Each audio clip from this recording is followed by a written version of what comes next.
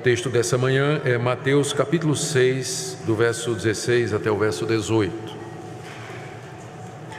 Quando jejuardes, não vos mostreis contristados como os hipócritas, porque desfiguram o rosto com o fim de parecer aos homens que jejuam.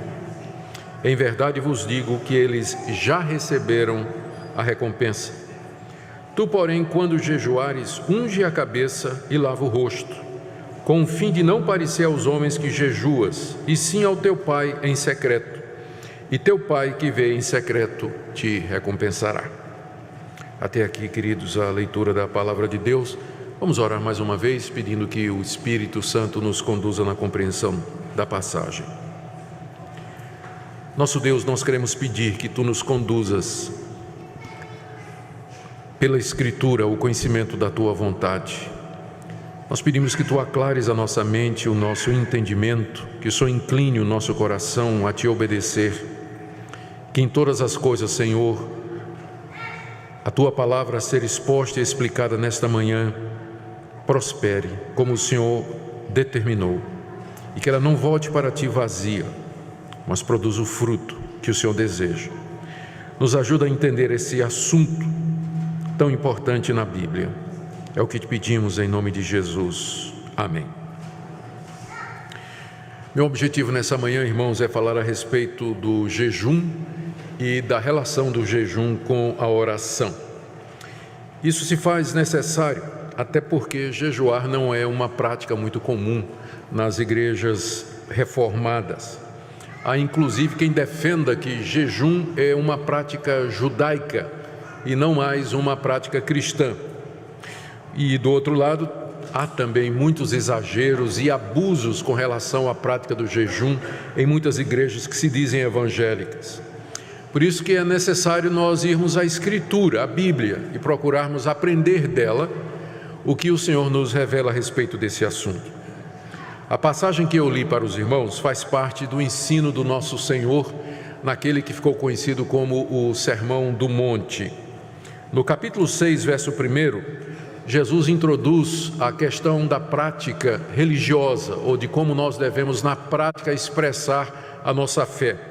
Ele diz no verso 1, guardai-vos de exercer a vossa justiça diante dos homens, com o fim de serdes vistos por eles. Doutra sorte não tereis galardão diante de vosso Pai Celeste. E a partir daqui, então, Jesus fala de 3 práticas dos judeus que refletiam a fé que eles tinham em Deus e aquilo que eles acreditavam da parte de Deus. No verso 2 ele diz, quando, pois, deres esmola. No verso 5, quando orardes. E no verso 16, quando jejuardes. Eram as 3 coisas que caracterizavam o judeu piedoso. O judeu piedoso, temente a Deus, era alguém que se preocupava com os pobres, ele dava esmolas, era alguém que orava e era alguém que jejuava. Eram 3 práticas comuns em Israel naquela época. Portanto, ao incluir aqui o jejum ao lado de oração e de dar esmolas, o Senhor Jesus nos ensina que jejuar faz parte da vida cristã, que faz parte daquelas disciplinas e práticas espirituais que Deus colocou como meio de crescimento e de expressão da nossa fé e devoção a Ele. Vamos ver o que nós podemos aprender a respeito desse tema, então, dada a sua importância, a partir das palavras do Senhor Jesus. E vamos começar com o conceito bíblico do que é jejuar. O jejum não foi inventado por Jesus, ele era prática do Antigo Testamento, bem antes do nosso Senhor vir ao mundo. Jejuar era se abster voluntariamente por um dia ou vários dias de alimento e às vezes de água. Há relatos de jejum de um dia no Antigo Testamento, jejuns de 7 dias e até jejuns de 40 dias também. E o jejum, que era ficar sem comer durante um período, tinha vários objetivos. O jejum era feito sempre com oração. Então o jejum nunca é visto como uma coisa isolada, alguém deixar de comer para agradar a Deus. Não, o jejum no Antigo Testamento ele sempre vem junto com oração. Ou seja, o objetivo de quem jejuava era tirar um tempo para orar e buscar a Deus, e nesse período a pessoa se abstinha de alimentos, de água às vezes, com o objetivo de preparar o coração para melhor servir a Deus em oração. Tanto é que várias vezes no Antigo Testamento, jejuar é referido como sendo afligir a alma. Lá no Salmo 35, verso 13, o Davi nos diz o seguinte, veja o que é que ele fala: quanto a mim, estando os meus inimigos enfermos, o meu vestido era pano de saco, eu afligia a minha alma com jejum, e em oração me reclinava sobre o peito. Ou seja, do jeito que Davi fala aqui, ele está dizendo que o jejum tinha como objetivo afligir a alma dele, quebrantar a alma dele. É interessante que há apenas um jejum no Antigo Testamento que era obrigatório. Era o jejum no dia da expiação, era aquele dia em que o sumo sacerdote oferecia um sacrifício pelos pecados do povo de Israel. E Moisés, ao falar sobre aquele dia, ele diz lá em Levítico 16, 29, nesse dia da expiação, vocês vão afligir a alma de vocês. Ele diz umas 3 vezes isso, a palavra jejum não aparece, mas é o que significa afligir a alma.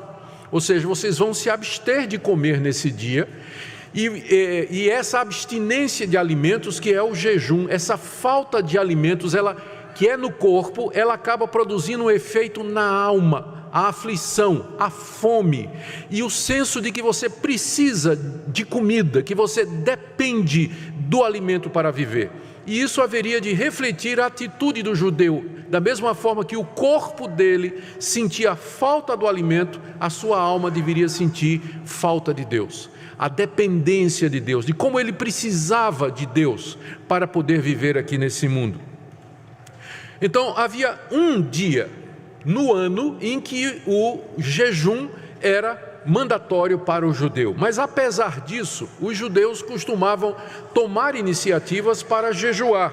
Há vários casos, muitos casos que estão relatados no Antigo Testamento, de jejuns que eram praticados pelos judeus como povo ou individualmente, e geralmente eles faziam isso quando eles estavam tristes pelos pecados que eles cometeram, estavam arrependidos, queriam pedir perdão a Deus, então como expressão do quebrantamento do coração, eles ficavam sem comer um dia ou vários dias, enquanto buscavam a Deus, pedindo perdão de Deus e reconciliação com Deus.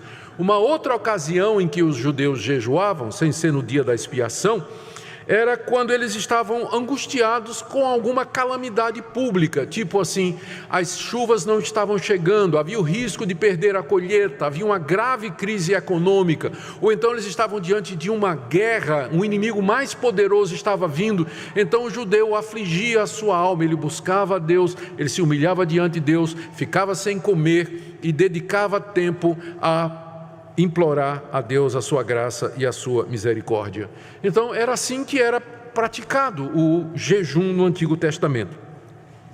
Aqui Jesus espera que os seus discípulos jejuem também, porque veja aqui, voltando para o nosso texto de Mateus 6, ele diz no verso 16, quando jejuardes? Ou seja, ele está pressupondo que os seus discípulos vão continuar a prática de jejum, que era conhecida do povo de Deus no Antigo Testamento. Ele não está abolindo o jejum, ele está pressupondo que os seus discípulos continuarão essa prática, não é?